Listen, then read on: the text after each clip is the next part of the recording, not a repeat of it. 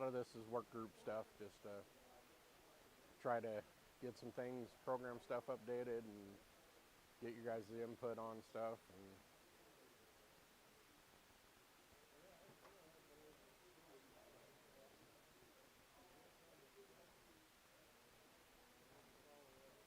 yeah.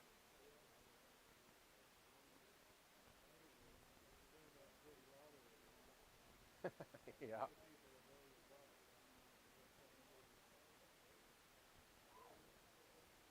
Was Sun here? I thought. Oh.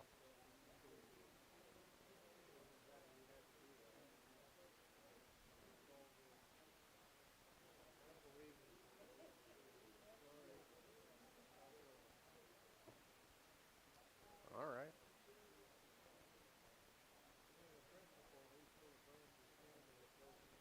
Yeah.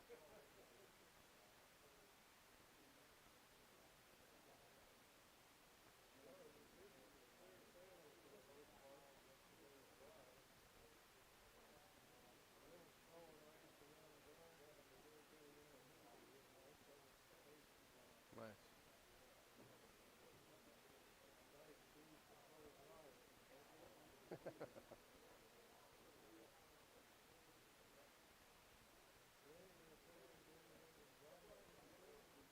No, just my standard Murder's Creek for elk and Upper Shoots for deer.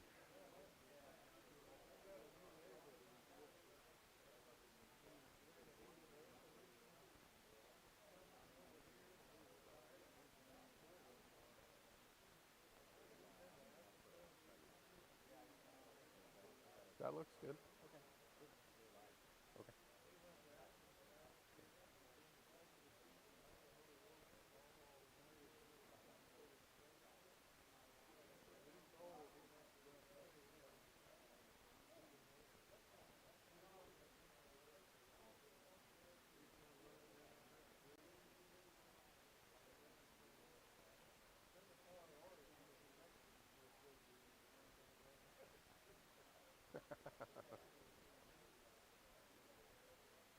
All right, I gotta grab a cold drink real quick and get this started.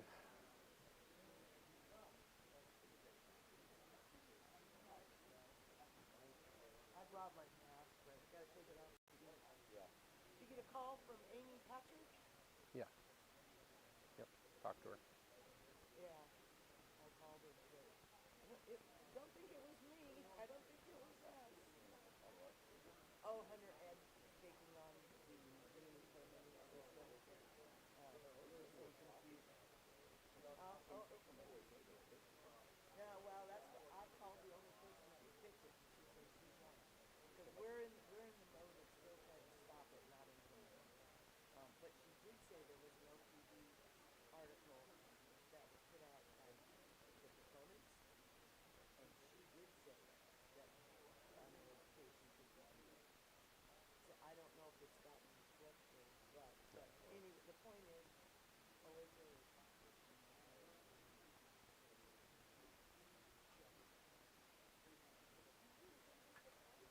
They did.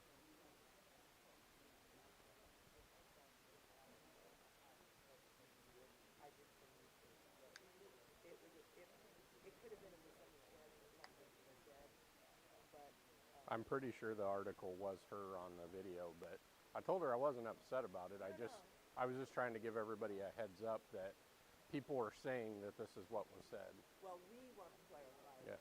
I'm the staff director for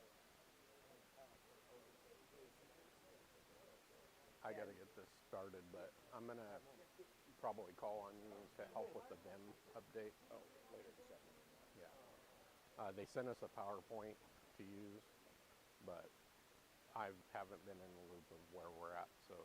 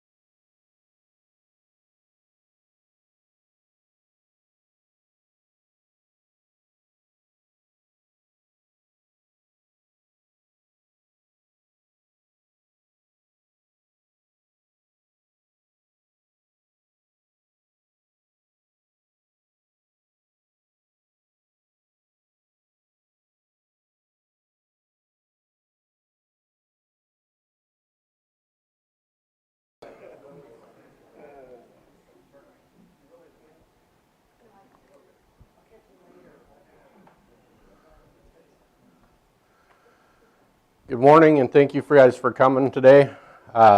We have some work group projects that we're planning on doing today. I'm pretty sure I don't see any faces that I don't know.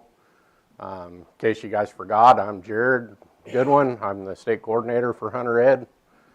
And I appreciate you guys coming down here and being part of this. More important people around the room than me. We got Myrna back here that everybody talks to and gets the classes on the boards for us. And we got Shawnette from INE back here too. Brandon and Andy, and our division leader, Roger Furman, back here. Real quick, we'll go around the room, have everybody introduce themselves and what county you're in. Start with you, Ryan. Ryan Diaz, Lake County. Dave Scott, Barney County. Jerry Weiss, Multnomah County, Washington County. County of Oregon. Yeah. Plattsburgh County. Pomona, Deschutes County. Alabama, Deschutes County. Ryan Ferry, North Deschutes County. Jim Back, Deschutes. Dave Boyce, Lincoln County. Pat Whiteman, Lincoln County. Ray Barron, Morrow, Young County. Larry Shealy, Chesapeake County. Tony Jeffrey, Polk County. Jim Walker, Umatilla County. Walker Stokes, Monterey County. Ron Hart, Monterey County. Eli Turner, Jackson County. Joel Glass, Columbia County. Ward Brown, Beckman, County. Randy Root, Marion County. Steve Shute, Buckman. Mike Shear, Blackman. Willie Joe Hendrick, Lake. Steve Bunsen, Umatilla. Greg Bishop, Brook. Steve Bunsen, Brook. Justin Frazier, Hood River, and Millewaska. Jim Markwood, Morrow County. Steve Frazier, Douglas County. Dave Miller, Piper County. Deputy, Benton County. Randy Wayne. All right, thank you guys. Our first item on the agenda obviously was breakfast. Hopefully that was satisfactory. There's still more in there if anybody's still hungry or hasn't gotten anything yet. One of the things I want to do is set the ground rules for how we're going to go over this stuff. We want to make sure and be respectful of everybody's opinions on stuff. The ideas we come up with today, we're working as a group to correct some of this stuff that we want to see fixed in the program with our testing materials and class stuff that we have the kids utilize during our classes. So I'm asking that everybody be respectful of other people's opinions or ideas. So if they don't exactly line up with ours, it doesn't make them wrong. And we'll work through and get a good quality product that we're all happy with on here. Some of this stuff I will be a little bit hard-nosed on keeping certain things there, because part of that comes down to reciprocity so that we can get the other states to accept our Hunter Ed. I am flexible on fixing wording on some things, but some of the content absolutely has to stay. So as we go through that, keep that in mind. All right. I know that I've gotten emails about a few different questions in the test. I have my own personal ideas of things that need adjusted in there. So what we're going to start off with, did we bring tests down, Myrna? Let's get those.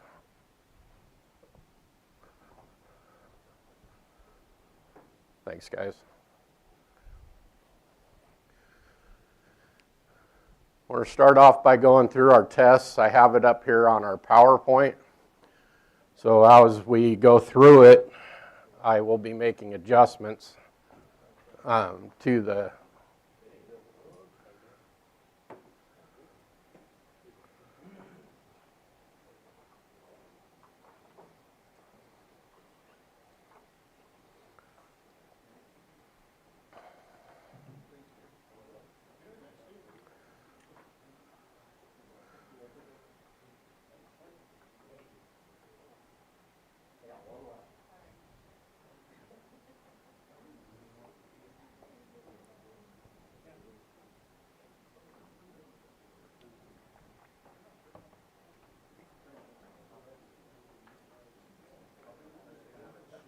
Yeah, some of them printed on the inside of the cover. I had a little bit of, I sent them to our DAS printing, and my first couple tries of getting them to print them the way we needed them didn't go so well. So some of these do have print on the inside of the cover rather than being the first page on white. Yeah. Also, for those of you guys that found the problem with question 20, where kids thought it was two different questions, that gap wasn't there in the original that was sent to printing. It was somehow, when they transferred it to their print software, it added a gap and made it look like two different questions. So that has been corrected. If you have tests that have that, either draw a line between the question and the answers, or ask for new tests, either way.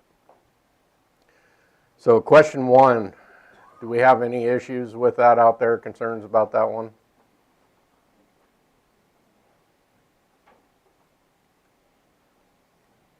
All right. We're turning these back, we're not writing on them. You can write on them, that's fine. Question 2, any questions or concerns on that one? I understood that some of the online courses don't teach that. Is that true? That's true, and that's something that we'll be discussing here when we get to, we have a review of the online courses and stuff that we're doing today. So in the meantime, that is something you need to teach between the class. Yeah. Yep. You're talking the non-web thing. Right. Yeah. Myrna's got some more tests there if anybody needs one still. Question 3, this is the first one that I flagged myself that I want to completely replace this question. We changed it a little bit initially to try to get the point across, but kids continue to struggle with it, and I struggle for why we are asking it. Before they used to say you had to take the safety off first in the firing sequence. Well, that's not technically part of the firing sequence, but I don't want to tell a kid they're wrong because they first thought went to the safety. That's what we teach anyways. So I'm not a fan of this question. So I'd like to come up with some ideas to replace this question altogether. I think that that's the last chance that they have. I mean, that's their, how do I say it? It's kind of where they initiate the process. Okay. So that's the last chance they have for, So can we come up with some ideas of how we can make a question that says that's the point of no return, basically? yeah, that's a good way to put it. Ideas? Or do you want to still pattern the same type of question? I mean, the point that Gordon just brought up is a good point to make. You know, that once you've pulled that trigger, there's nothing you can change about that decision at that point. Yeah. Dave? Almost suggest going to the last step in firing the firearm Okay. as opposed to the first. Or just add, Yeah. what if you just added the word hunter in, what is the first step in the hunter firing the firearm? Then you're specifying the action that he uses. And then you don't have to change anything else about the question.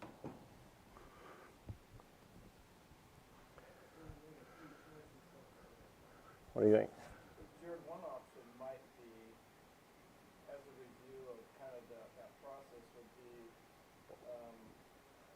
when, you know, if you kind of took it and said that, you know, the steps in a projectile being fired from a firearm, the firing pin strikes the primer, a spark ignites the gunpowder, and then gas drives the bullet through the barrel. For that to happen, what must happen first? And then maybe get some options that involve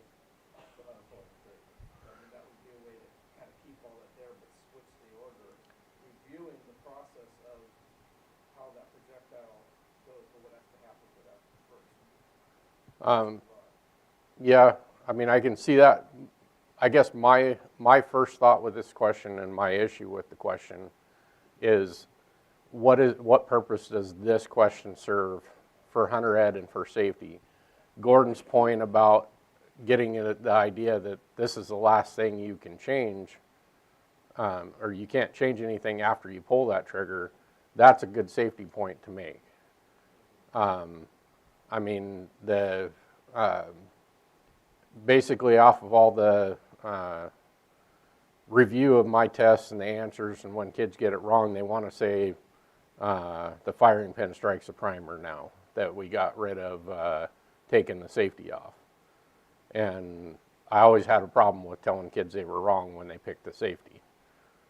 So we changed that, but now they're going to firing pin strikes the primer. That's all good information, but the idea behind it is the safety aspect of this action of actually firing the gun. So, what do you think, Steve?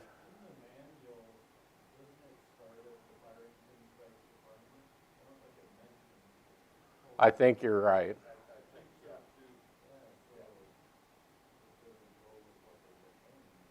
Yeah. Ivan?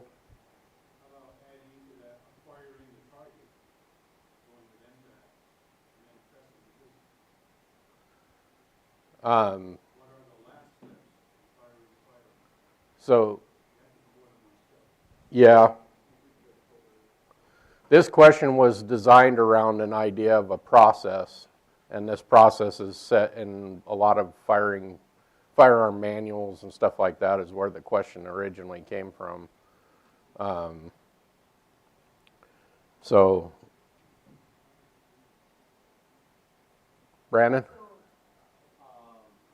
This is obviously different than the multiple choice as far as just pick one, but if the verbiage was list out the firearm, the sequence of firearm, and so instead of just picking one, they match. The first thing that happens is you pull the trigger. The second thing that happens is the firing pin. So they got to put it in order so you can check that they understand the whole entire sequence of operations. Does that make sense? I guess real quick before I go through any more hands, by a vote or show of hands, do we want to keep this process here and change the question of the process, or do we want to change the question to something more along the lines of the safety of once you've pulled that trigger being the last thing you get that you have control over? So if you want to keep the process, this question as a process question, raise your hand.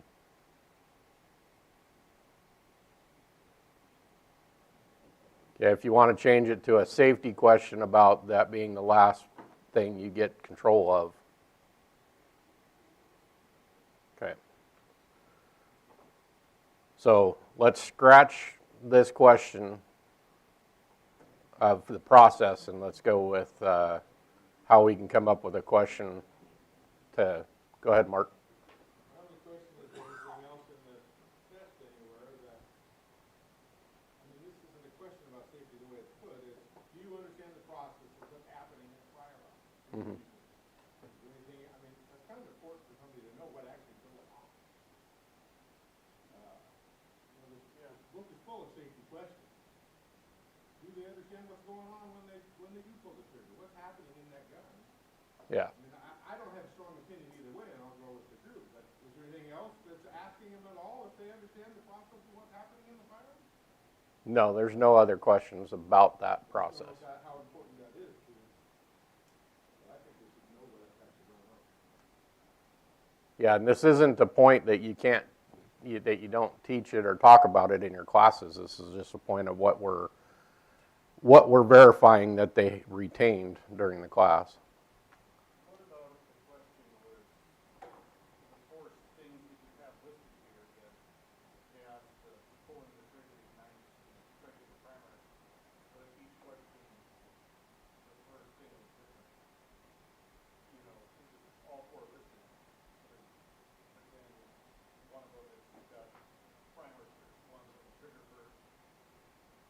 one of them's got, gunpowder, then it's got it out of order, you have to just put them in order. I think that would, you're basically keeping the question safety and process oriented, but at least then giving them the answer that is right in there. Okay. So there's, one would have 4 steps, two would have 4 steps. Let's go. Maybe there is something, but why is it that this question is so bad? I look at it as a process of trying to instill the person, once they pull that trigger, it's game over. It's already pulled the final straw, right? And so I just look at it as that's the only thing on the test that makes them realize that. And we can go over that very easily in the classroom and the test drive at home. It's like once you pull that trigger, everything you've done up to that point is too late at this point. Yeah, and I'm okay with that. The reason I flagged this question is because in the research that I've done in any of the classes that I've been involved with, and that includes classes I've went to and helped other instructors with, when I've researched the test, this question is still being missed at over a 30% rate. So how it's being phrased or something along the lines is causing our issue with that. Yeah, if they had to do the order, they'd almost have to pick pulling the trigger first. Yeah. Because if they started with the firing pin, like they're answering E and then moving on to the next question, if they had to put them in order, they would have to go through that and go, well, none of that can happen if I don't pull the trigger, so. Hey, Myrna, do you have an answer sheet? Yes, sir. Basically change the By question. forcing them to answer pull the trigger, are you then reinforcing Thank you. safety issue to them?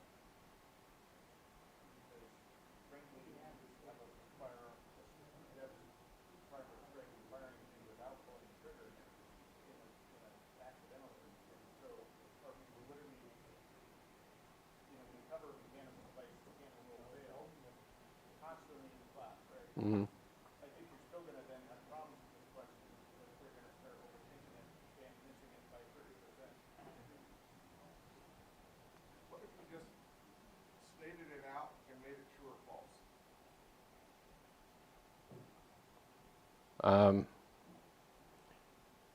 This is the sequence, true or false? That's the problem with that is then they have to redo all of the test. So I have to redo the answer keys, I have to redo the answer sheets. So it's set up to be a multiple choice. So what if we, going off of the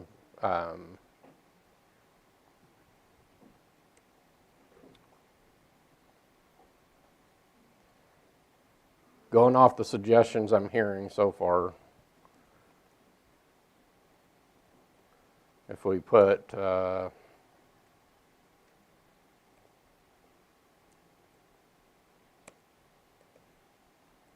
you trying to, if we replace this after what you just said, are you trying to replace it with a question that doesn't change the answer key? yes, So a multiple choice with the correct answer being D. yes. When you make it, the hunter decides to take the shot and pull the trigger? Yeah, we'll work on the question here in just a second.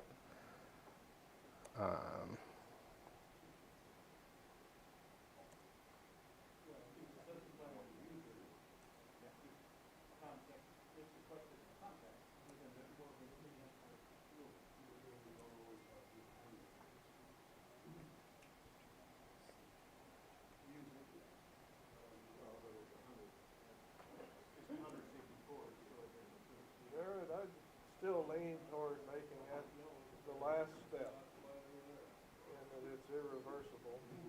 Because it's sort of like asking kids, what's the first thing you do when you cook a turkey? Some kids kill a turkey, some kids buy a turkey.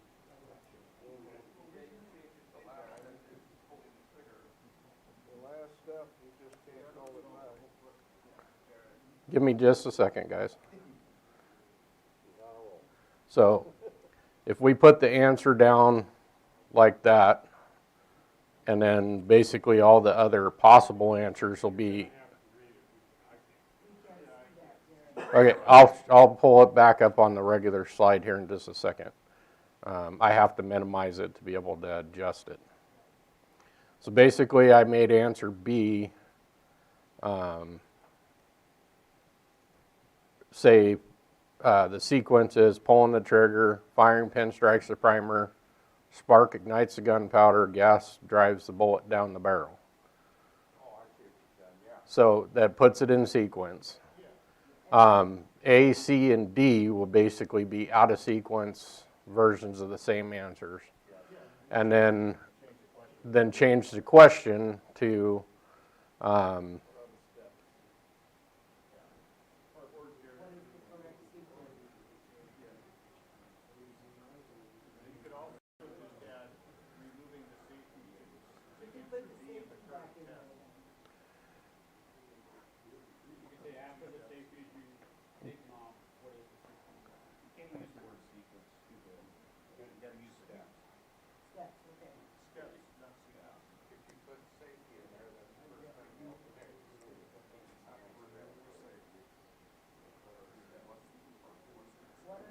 let's ask Brandon, what would you call that sequence? What's a good thing to call? I mean, just like they said, if we're trying to make it general so everybody understands, just call it steps. What are the steps? But they aren't technically steps because you don't control anything but pulling the trigger. What about the order? You can call it order of operations. Okay. No, that's the order of operations. What do they call it in the book? Do you remember the book? What is the action process? Yes, sir. Okay.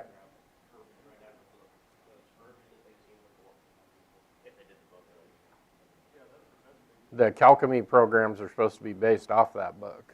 So, thank you. Hey, Aaron, what about this? When you pull the trigger, what happens next? And then get rid of pulling the trigger on B and do the sequence that way. That would be good too. When you pull the trigger, what happens next? But that's getting, that way is getting more at the process. Yeah. But we all agreed that we wanted this one to get safe, that once you pull the trigger, this sequence. So, do you guys necessarily think that we need to have pulling the trigger as part of the answer, or could we make it part of the question? Okay. Well, let's go with this idea here. What happens after you pull the trigger? After you remove the safety and pull the trigger. You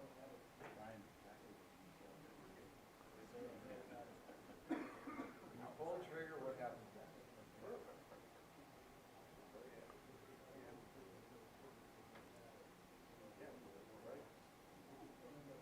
if they answer A, the deer falls down, that's the wrong answer.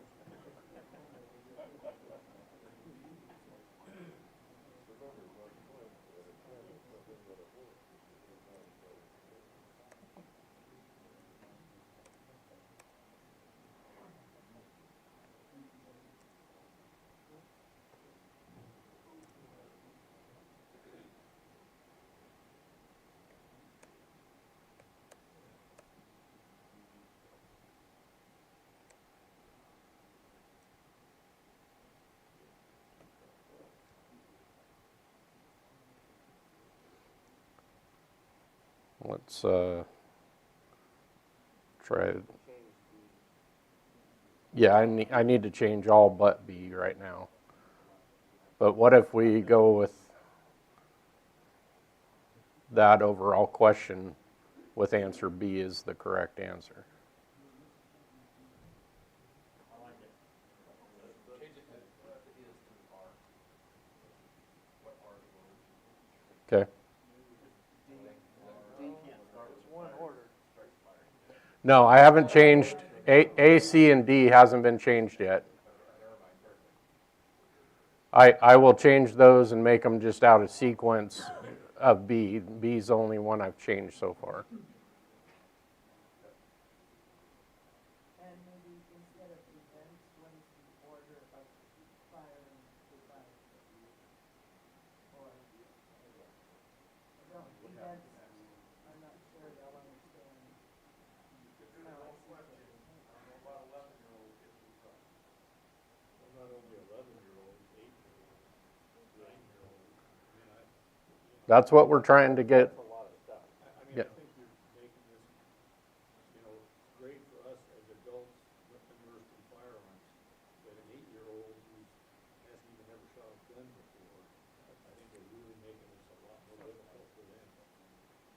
That's why we're trying to work through Not this. making it clear what we really expect them to get out of that question and understand it. Yeah. So, I don't know if other people do this, but when I have a question that might be a little bit tough like this, before the test, I make sure that we talk about, right before the test, what are the events of, the order of events of that, the bullet. So, go bang, bang, bang. And that seems to really help too. If there is confusion, and I know there's confusion, we definitely go over those questions. What is the book called?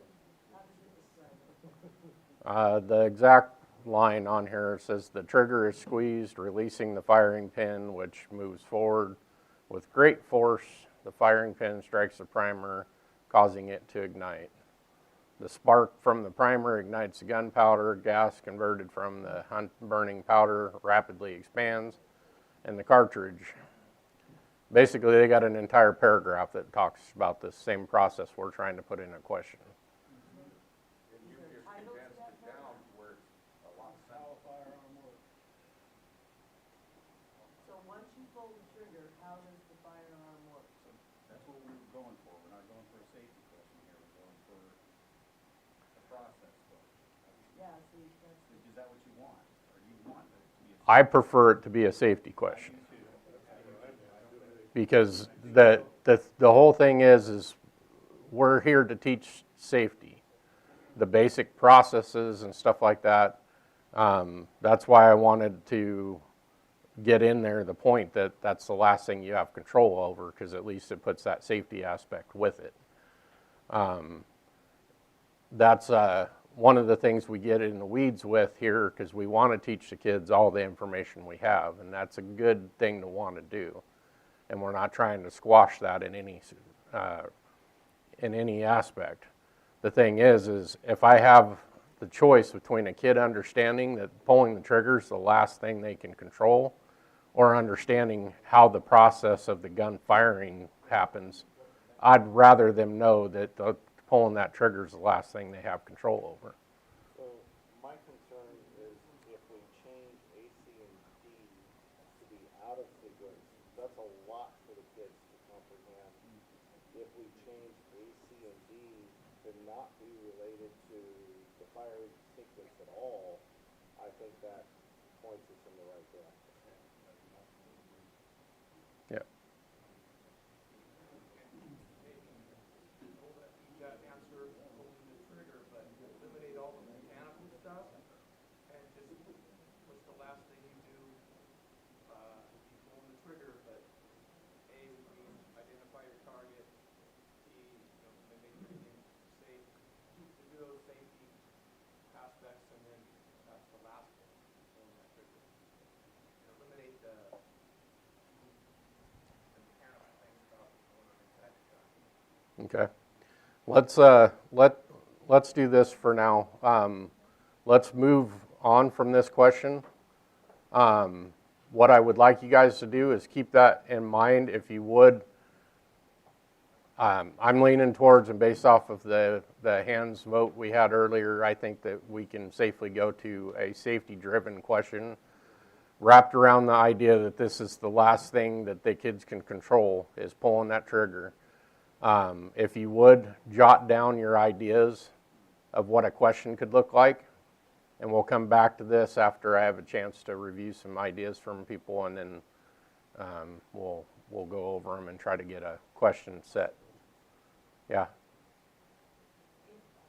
If the first sentence of your question is, the one you rewrote, once you pull the trigger, the last thing you have control over, if that's not in the book, in the sequence, I think it should be added. Yeah, we are currently doing a review of the workbook. We'll talk about that after we get done with the test stuff. All right, everybody good with that idea? So jot down some question ideas. We get the basic question, it'll be real easy to come up with the answers.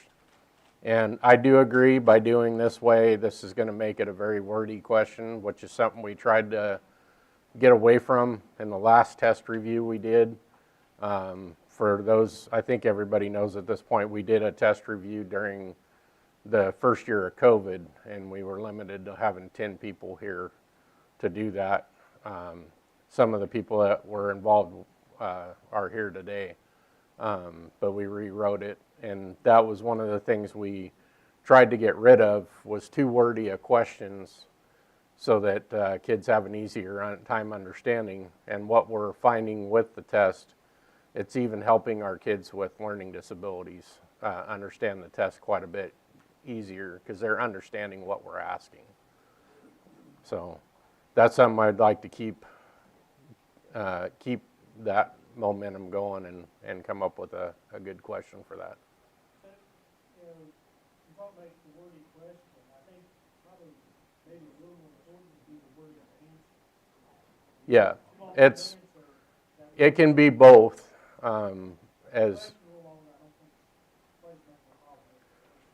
Yeah, both can cause problems, especially when kids have reading disabilities like dyslexia and stuff like that. Any type of wordy stuff can get a little hard for them to understand. So. Jared, I have one, before you leave this, I do have one other possibility of a way to go with it.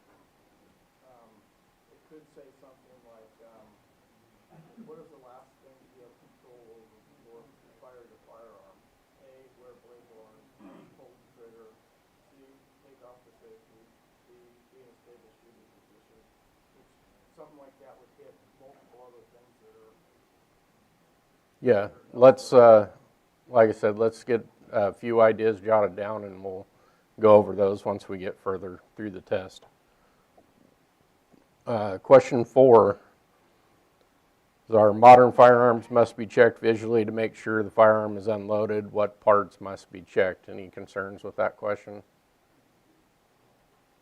Okay. 5, which statement is true? Any questions with that one? I'm not sure the word ensure is understood by a lot of kids.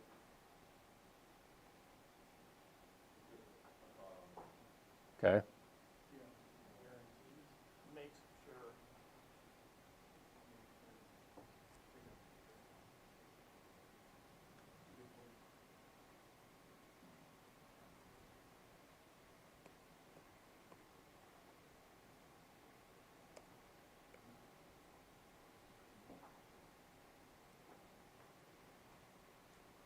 That better?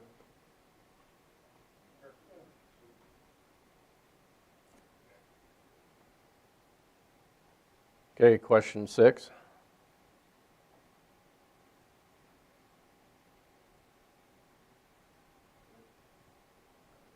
7.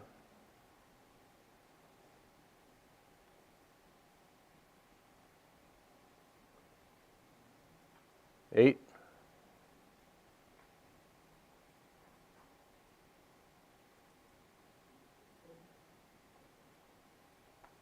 9. I think that is another big word, under incidents occur. Yeah, it's kind of hard to come up with another thing to call that, because you can't call them accidents.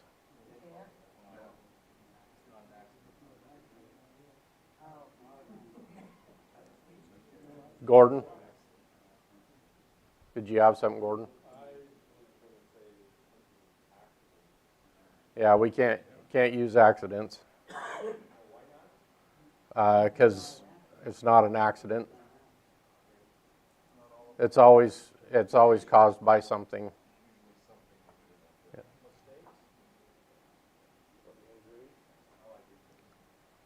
Yeah, if we go with anything else, we get into the weeds of other things that need to be in there. So that's why we stuck with incidents. Yeah. All right, number 10.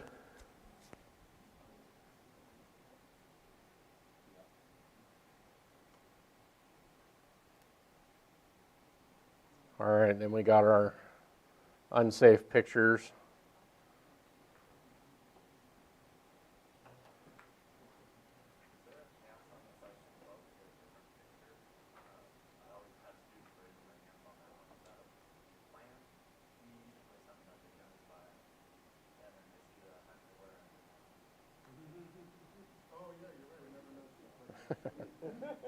Anybody ever notice who that is? Yeah.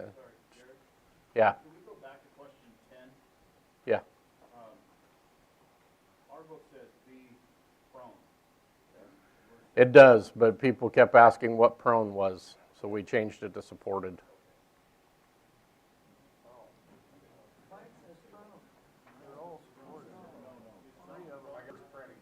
Hold it. I don't say that in class. I say prone. Yeah. Nobody says prone. Don't say supported. We may have changed. This is my edited version, so that's probably still prone on the test. Yeah. If you want to support it, maybe it's a supported prone. But kneeling or sitting is supported. Yeah. Three are supported. Yeah. I think it was just changed when we were going through it because kids kept asking what prone was. Yeah, but even when you teach prone, they'll ask what prone is at the question when they get to. Whole way down on the floor and demonstrate.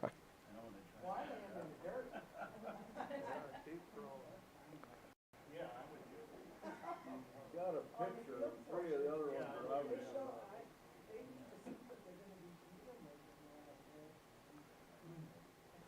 I don't remember why we had that change to it at one point, but I just remember there was something we did with it because of,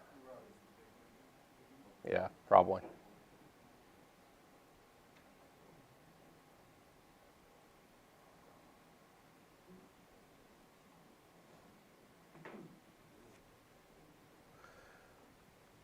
All right. So we'll see if we can get that picture edited and to take the hunter's hat off that he supposedly used for his barrel. There's two hats in the picture, and the one on the ground is camo. Yeah. Hey, that's a smart way to go. Use your kid's hat. Then yours doesn't get dirty.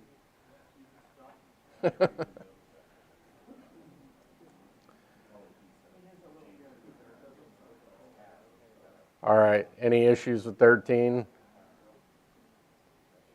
14?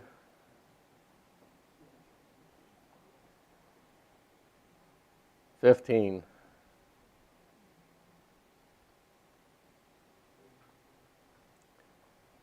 16?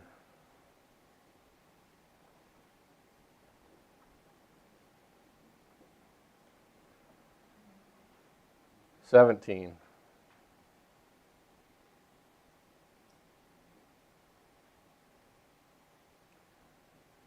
18?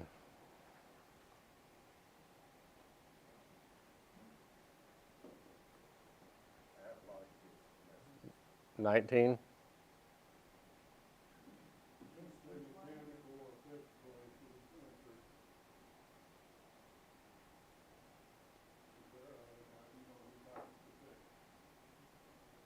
Yeah, but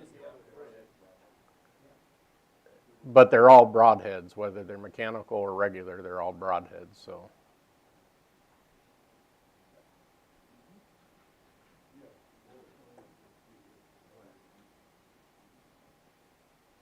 All right, 20. That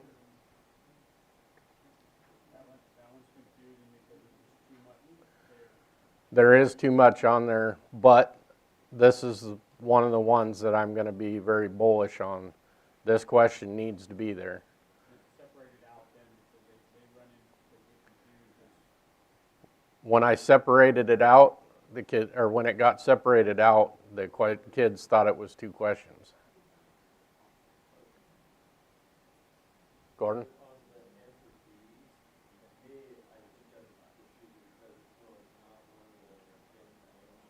Mm-hmm.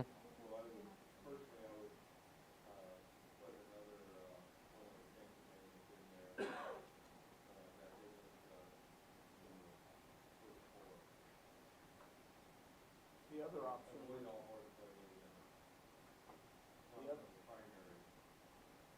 Our books are different than what you have on the screen. What do you mean?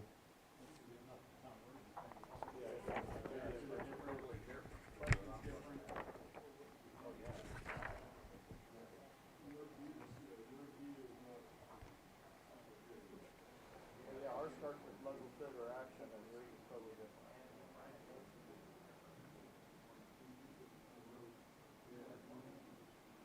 Oh, I see. We got target and trigger backwards. No, number 1 it starts out with muzzle, and then it says keep pointing and say correction. Yeah, muzzle is number 1 on muzzle or on the 10 Commandments. Right, but not up there, it says Not up point. there. That is muzzle. No, But it's not worded the same. not worded the same. Two different books floating around there.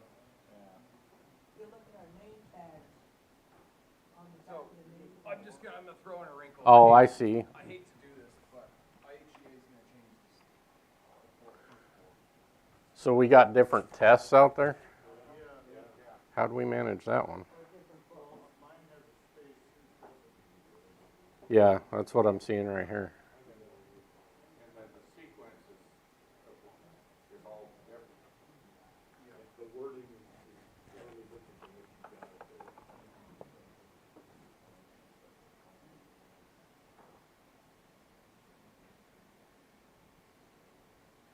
Uniformity is what we need. Yeah, I think that we changed it on it, and when we put it in for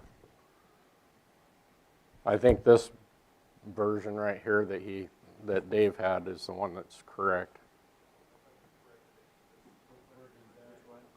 But you could put a 4 with the, what's that? Swine? You could put 4, parentheses, C, what is the 4th primary rule in your list? I wanted to make it format better. So this question, the ones that have where the muzzle trigger action separate, that's the corrected one. I think that's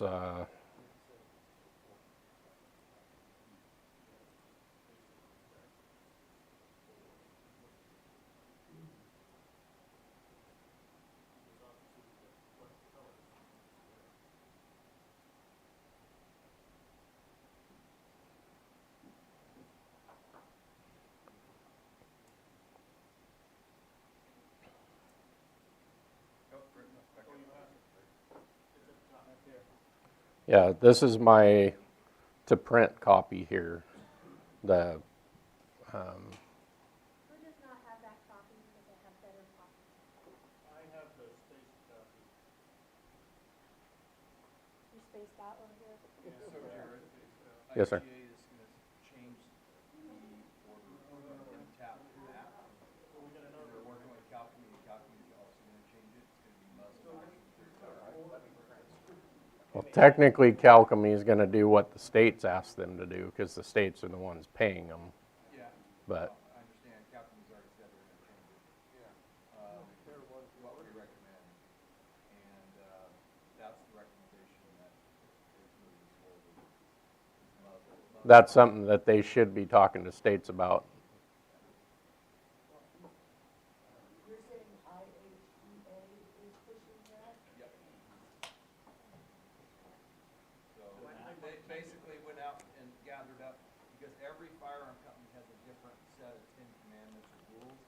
they've, put together, there's like 25 different sort of floating around out there, trying to come up with some sort of a better standard across the entire industry.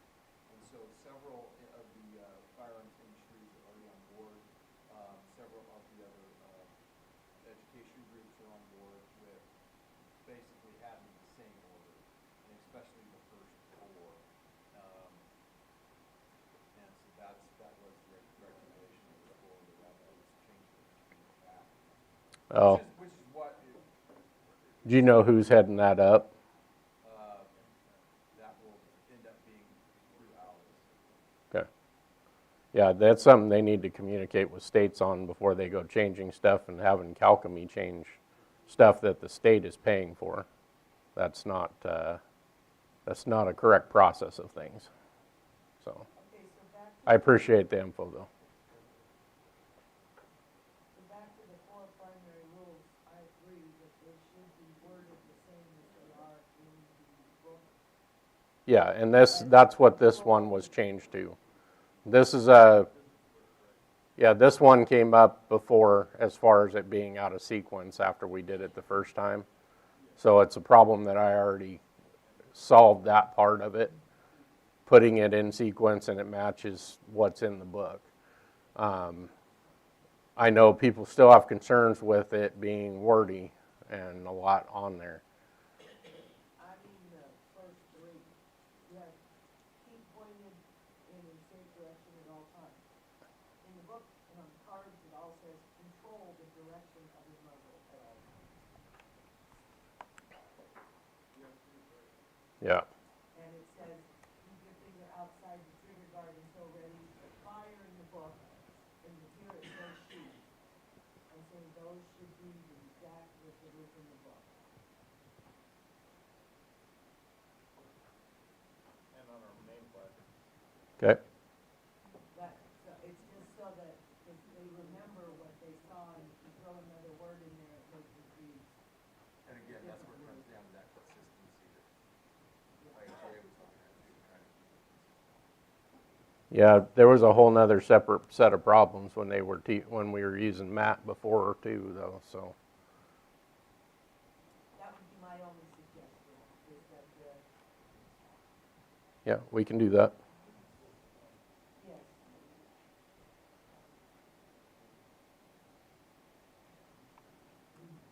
Those big brains can't make that leap.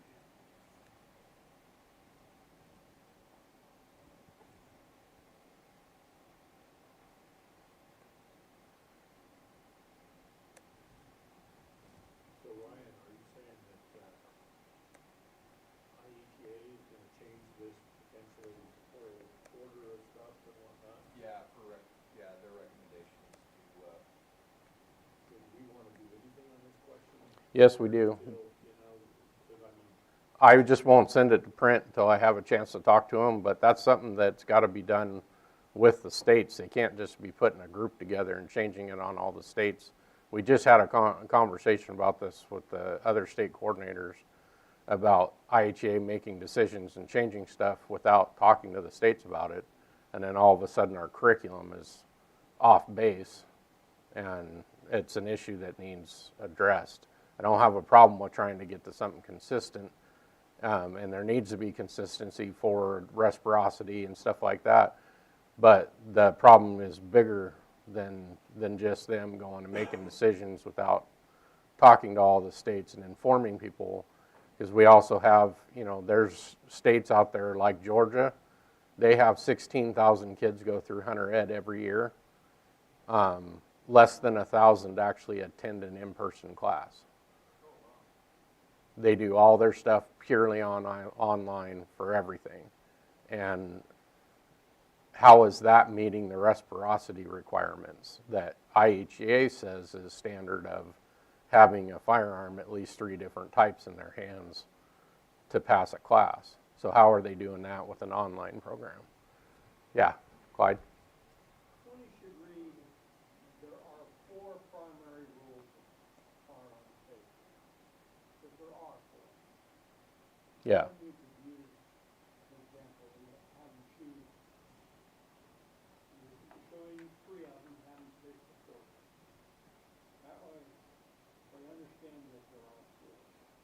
By saying 3 of 4, it's confusing for kids across that. Okay, let me get to that in just a second. Let me fix this other part. Ryan, you're not changing the 4 primary, just the order. Correct.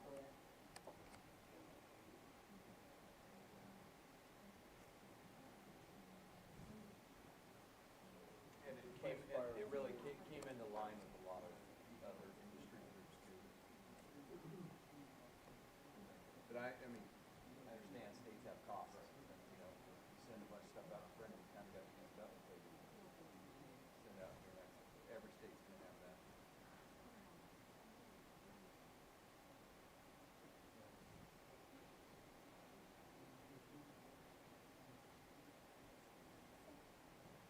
Unless we get a new governor, throw all that stuff out.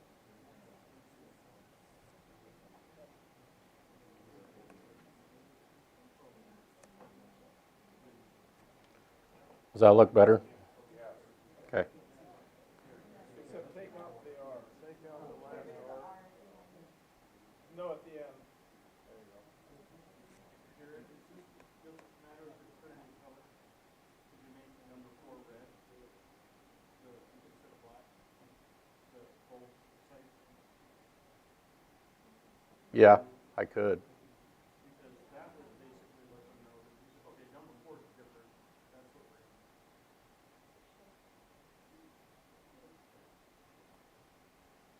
Okay. You're talking about this one right here? Well, the whole set. One that says, what is the 4th primary rule? What is the 4th primary firearm rule? You can make that red. The whole question? Yeah, to make it stand out Just that from last 2 and sentence. 3. Yeah, right there. Make that red. And then put 4 in front of it. 4 parentheses. In front of it? Yeah, so like they'd be either 4A, 4B, 4C, or 4D if they do choose. Yeah, so you're basically listing all 4, but 4th is what you're in. That's fair. Yeah. But if it's red, they know, it stands out that that's what Okay. we're going to look at. Correct.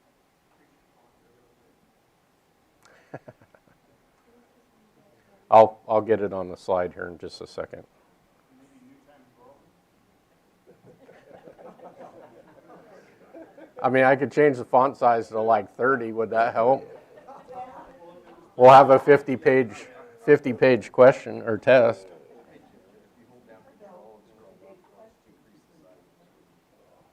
Yeah, I'll get it on here in just a second.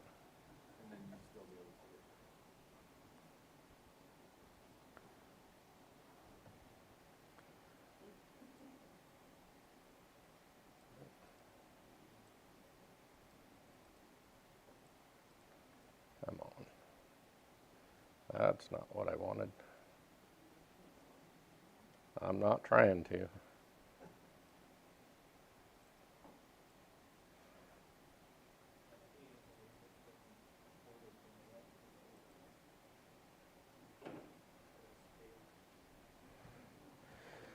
That wasn't what I was trying to do. I'm trying to copy it so I can put it on the PowerPoint. Start at the bottom and go up. Bottom right and go up. After fence. Drag from the bottom up. It just wasn't covering number 20.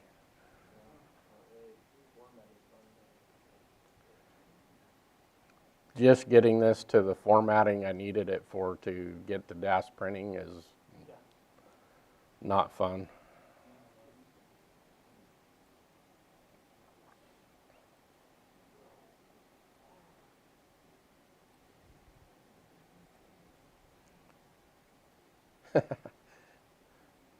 Where'd number 18 come from?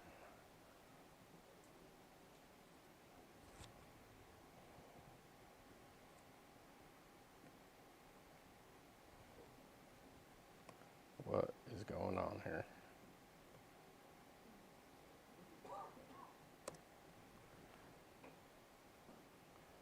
All right.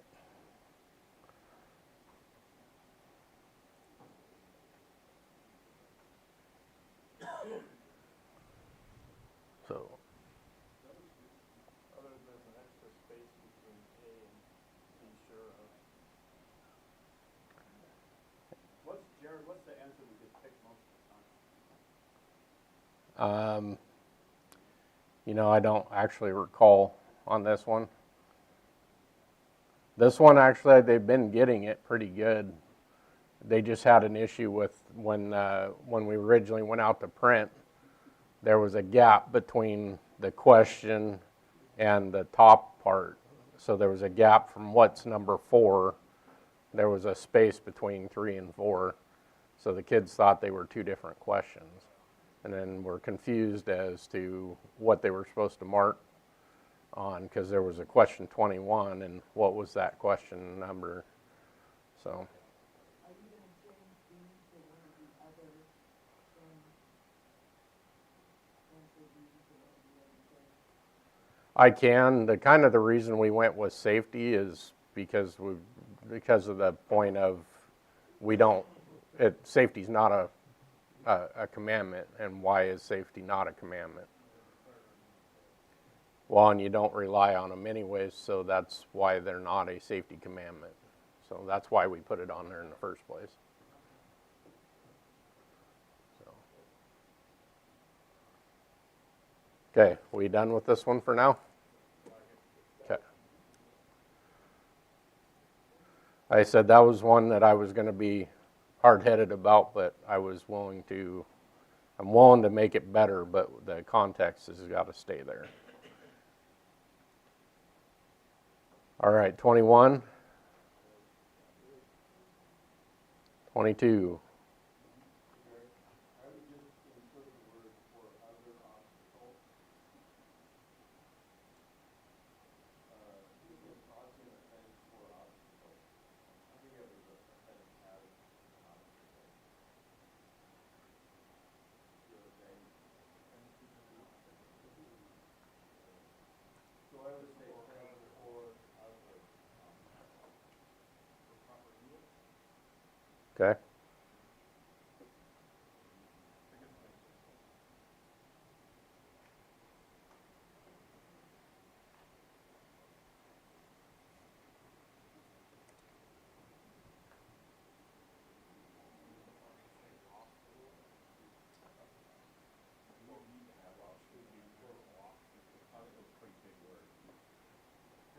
A fence.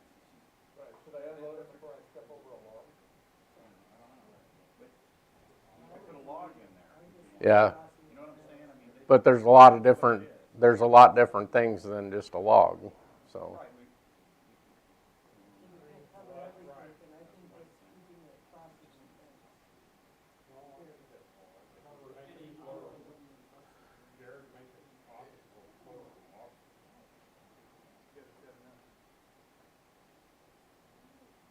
I don't know. I kind of think it's all right the way it is. I mean, if a kid asks you, I don't know what an obstacle is, do any of us have a problem telling them what that is?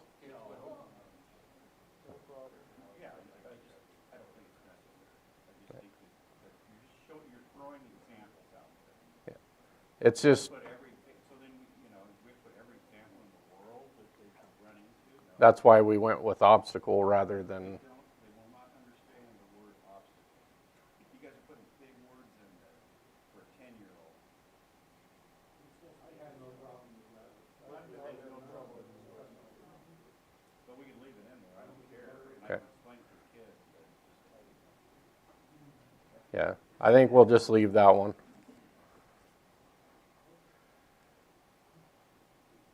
All right, question 23.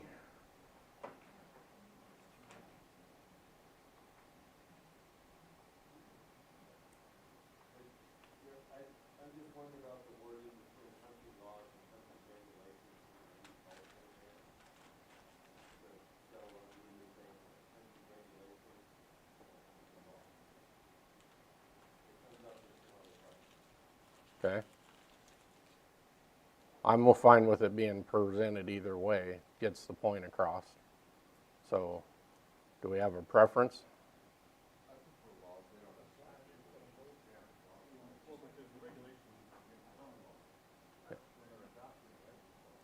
Yeah.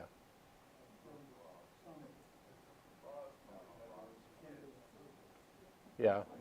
And I believe that's why we had chose to go that way. Breaking the regulations doesn't work. Breaking the law. So let's stick with that for simplicity. All right, number 24.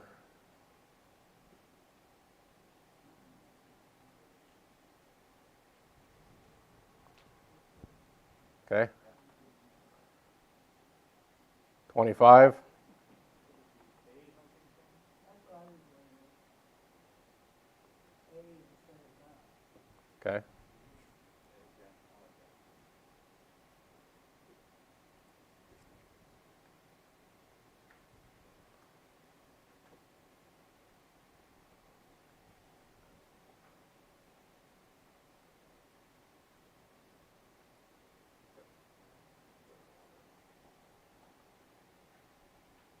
Good. If we're gonna stick with the law thing, that would be one that says hunting laws instead of hunting regulations in 26.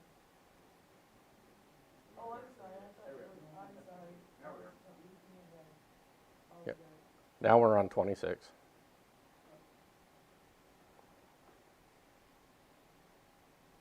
Our kids have problems with that, but I don't know why. And I don't have any issues with it. Yeah, I'm not sure why they struggle with this because it is in the book and it is in, at least I know it's in the Calcumi programs. Yeah. You have 25 says hunting plan, and a lot of that is in the hunting plan. And I'm thinking maybe it's just where it's put. This thing about the hunting plan, because it says, never leave camp without starting fire equipment, or carry the map, and that's all kind of part of the hunting plan. And now you're asking for this call, so. It's not actually the same. I know it's not, but in a kid's mind, he's just doing the hunting plan. And when I plan to go hunting, I'm gonna take fire starting equipment, carrying the map and the compass. I'm just saying the progression to the question after that one might be confusing.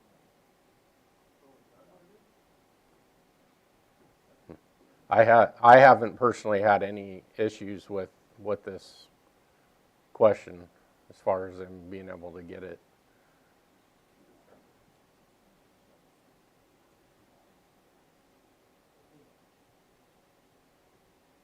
I don't know if the rules is Do we, on number 4, do we need to take out these 4 statements and drop it down? Get it off? I was just gonna say the same thing. Get it off of line number 4. I don't think it belongs on I line. think that would clarify the question.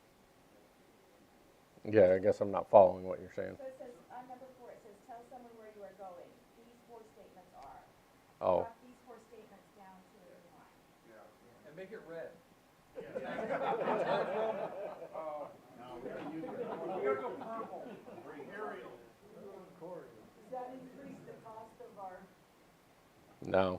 having another? All questions are red. It'll probably put number 28 on half the page. I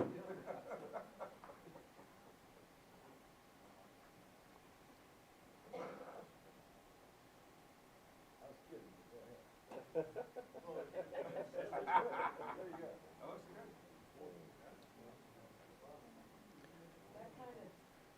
Well, that way, if you got numbered questions that's got numbered information above it, they get that the question is actually underneath it. And it's consistent from what we did with the other one like this, so.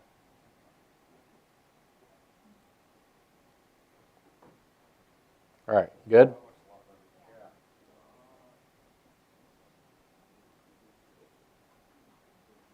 All right. 27.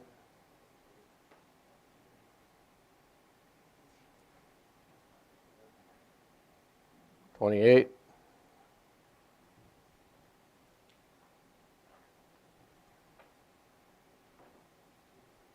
29.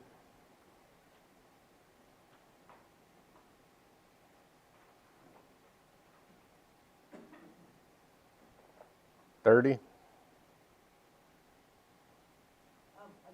are we back on 29 and on 26? Are you gonna change that to hunting laws or No. hunting regulations? It's going to say regulations.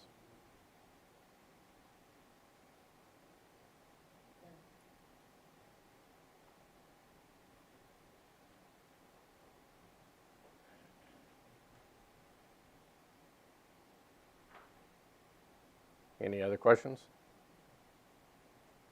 Okay, 30.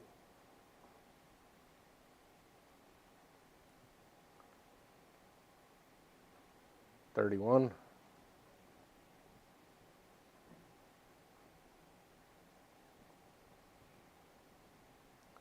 32.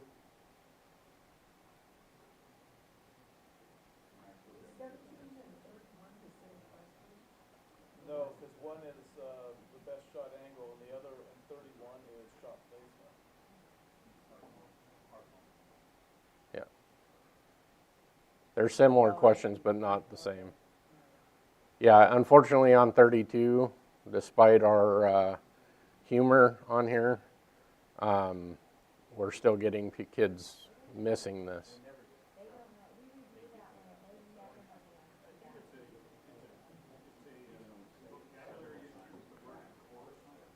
don't know why, I explain it to them in every class, but for some reason it's a hard concept or word for them to understand. I don't get it. I'm assuming everybody's getting the same answer I am, which is Oregon Parks and Rec. Do you think it would be any different if I drop Oregon and just leave it Parks and Rec? It might, I would drop Oregon, we'll see. That or put something totally different like Sister City. Well, I mean, we're already giving them away on 2 answers. I don't want to, I mean, I want them to know, but there's a difference in telling them the answer and them knowing the answer. So there's got to be a little bit of difficulty to it, as I have yet to see anybody mark FBI or Secret Service. That anytime we put ODFW in anything, it confuses everybody. That's automatically the answer. And the only reason I say that is because part of the classroom, with the placards and everything, talks about who made some of who's enforced. Yeah. And counting that in. We used to have that on the test, and we took the commission off because it was the prime thing that kept confusing kids. I'd rather the kids know, or the adults know who the commission is than the kids. I want the kids to understand OSP more than I know than anything else. I know it's a So. little redundant, but next to Oregon State Police in parentheses, what if you put OSP? Because every now and again, I ask the kid about it, and they go, "Oh, you mean OSP?" I'm like, "Yeah, Oregon State Police." Oh, that's what it means? So, they know OSP. I'm okay with it either way. So, do we want OSP initials? It's not going to hurt anything if it's there. OSP, Oregon's premier fish and wildlife enforcement agency. We could put Ryan Neas after it. They would understand that one.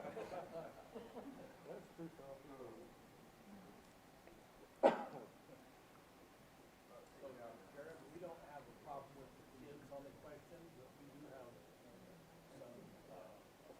some parents that are law enforcement that question this because our county officials dealing with strangers, or strangers, they can all enforce fishing. And that's technically right. Technically, anybody can really enforce a law, but for us to enforce them, we have to stop and call an actual OSP officer to it. We can't cite them, neither can Parks or anything like that. We have to. So in the past, it did say primarily, and then all kids are like, what does that mean? What is primarily? They just didn't get it. That was, I think, the hindrance in the past. Yeah. We wanted to know the point of view of another thing. Can you get a flashing neon finger pointing to the Yeah. Yeah. we've tried all sorts of things. We've had OSP be the last person to talk to them right before they take the test and still have kids miss it. It's like, yeah. All right, question 33.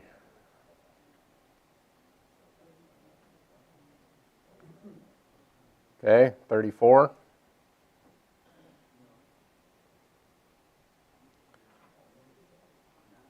All right, so on our photo ones, I've been very happy with how we've reformatted that in the new test so that the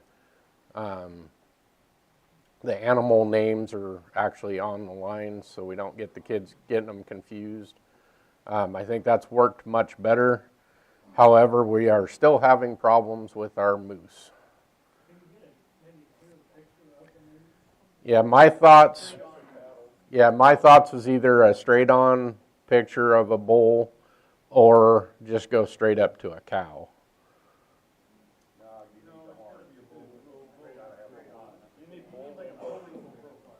Okay. So that's something I need. I don't have.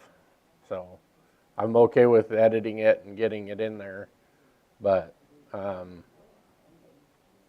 the other thing I'm also seeing on the animal IDs, we had problems for a long time with the mallard duck. Our classes have gotten better with that now that we've added the mallard duck to our hunter's trail. And if you guys don't have those, please let us know because we have them available for everybody's hunter's trail. And that's solved about 90% of the problem. Yeah, they want to pick a pintail instead of the mallard. But we've solved most of that problem by having the mallard in our trail. They tend to get it right after that. The other one that we're having problems with that I'm seeing consistently, specifically on this side of the mountain, is the antelope. So I'm starting to have the Montana decoy antelope and would like, especially on the west side, I'd like it in the trail. Most of the kids from the east side know what an antelope is, but still wouldn't hurt to have it in the trail. So those are going to be available. We'll have them added to the instructor catalog. So I know this is probably never fly, but the pintail is the one that usually is restricted. They probably should know even more than an mallard. The wildlife biologist asking, you have trouble with A? with the mule deer?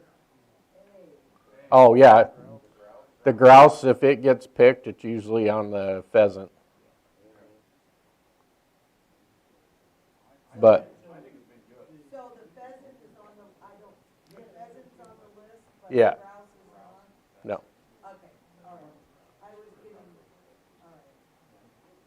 I don't have the answer. So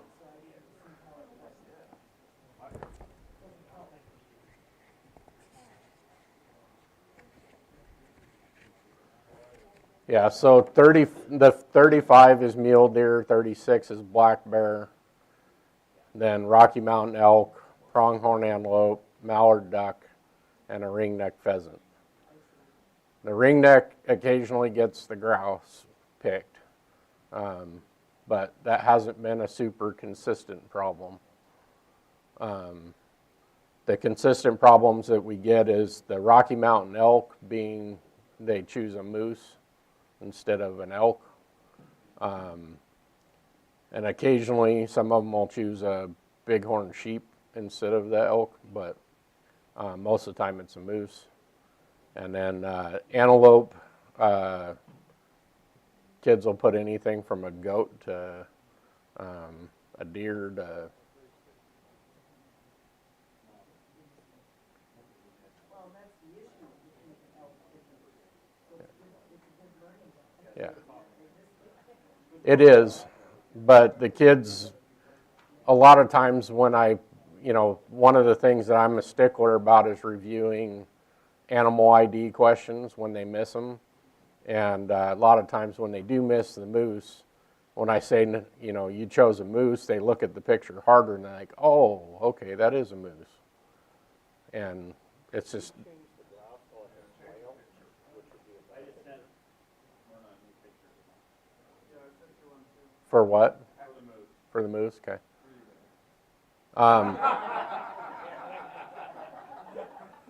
Personally, I would like to keep the grouse on there because it is a very common animal that we. Okay. If we could come up with another grouse picture, I'd be happy to change it out, but I do want grouse to stay on there. Clyde? How much time does the manual spend with helping the student identify? I mean, if you want a student to know the difference between a bull elk and a bull moose, then you need to spend time to show them the difference. We do, we bring it in. So most of the animal ID stuff is in the supplemental book that comes in your packets. There's nothing really in this.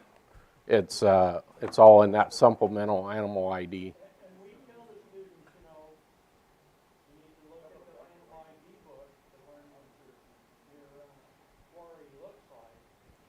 But do they actually do that? You know, I mean, they spend more time in the textbook, hopefully, than they do, you know, playing with their phone. So, they expect them to know what a pronghorn looks like. You gotta tell them what a pronghorn looks like. Mm-hmm. And that's why I'd like to see them get out on the hunter's trail. I mean, we've got ducks and stuff, but, you know, we don't have a Montana decoy that Yeah, I'm making them available. No, the antelope. I mean, we have a in our property that we created, we have all the pictures of the animals they have to. I guess we can be albinos. Yeah, the best way we can solve it, like I said, is just adding the pronghorn to our trails. I have some of them. I haven't ordered a big order yet, but I just basically grabbed what Sportsman's Warehouse had in stock the other day when I was in there. But we're going to make a big order and add them to the Instructor catalog so that those can be utilized in the hunter's trails. And I don't know if it's just one I overlooked before, but I don't remember having as much issue with the pronghorn antelope as I have the last couple years. Yeah. We've always had them, but we haven't kept a big stock of them. We just went to whoever requested them specifically. Now I'm trying to make them available so we can get them in hopefully everybody's trails. So, and like I said, it's been more of a particular problem I've seen on this side when I've come over and done testing and classes with other people, you know, Redmond and stuff. Most kids do pretty decent on the pronghorn antelope from what I've seen. And the ones I've done over in further east too, John Day and whatnot, haven't really had an issue with it. But over here I've been noticing quite a bit of pronghorns being missed. Yeah. Do a 10-minute, you'll bring in some skulls, and it's put almost at 100%. Bring in some shed antler, we have an elk antler, mule deer antler, whitetail antler, moose paddle, and then some European skulls with the antelope, and it's drawn up almost 100%. Yeah. It takes about 10 minutes. Yeah. That's great if you have the ability to do that. I'm trying to, basically I want to get the pictures lined out. If you got something that can improve the quality of the picture, so we're setting the kids up for success on it, for properly identifying it. It's one of the most important things we do outside of the gun safety, is making sure that they know what they're seeing in the field. That can go a long ways to making sure things go the right way for them. So, anything else to add to that?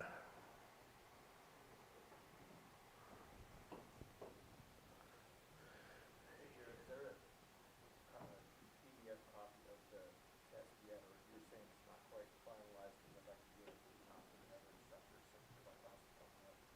Yeah, I can send out the copy, my print copy, once I have it finished up.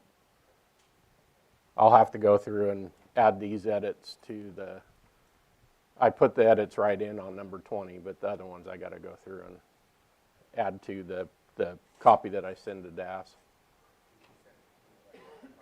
Yeah. And you'll change it to version 2023? Yeah, I'll change the version when we print new on the cover. It'll be a new version.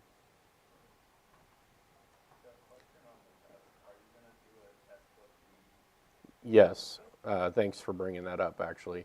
Myrna was kind enough to go through and make us a test version B. We'll have to go through and edit the questions just like we did here.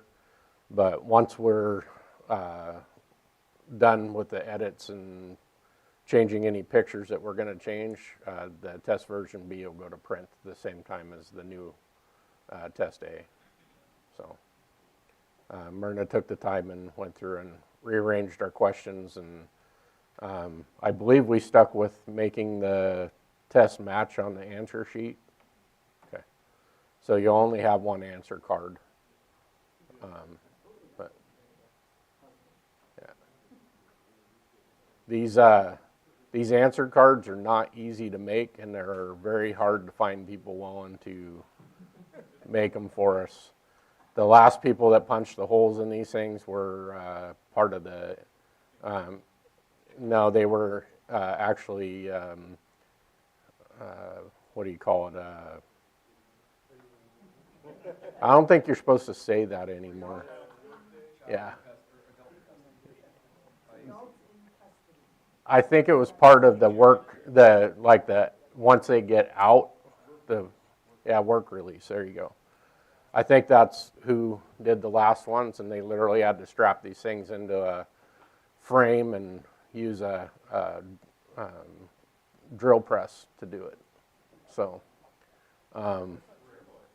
yeah, it's not, but they didn't secure it the first couple times and wrecked quite a few of them, and they finally got the process figured out. So, Throwing out the moose and putting in the bison, buffalo.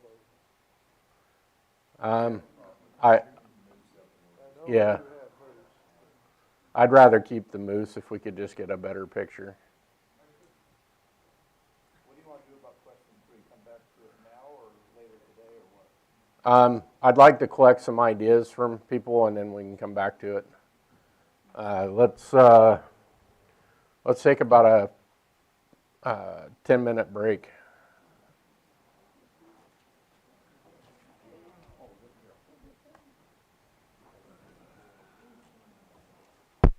Thank you.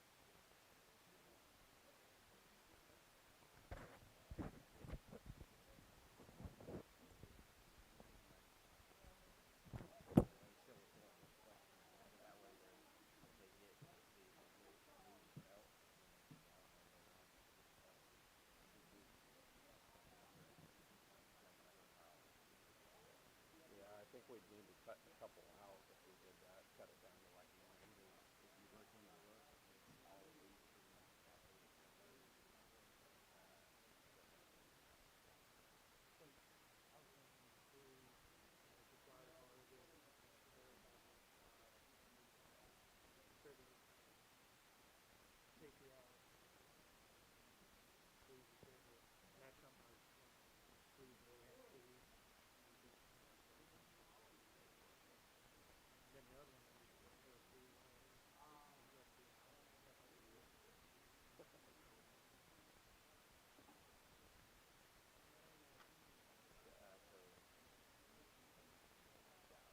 We can talk about that, and I can send it out to.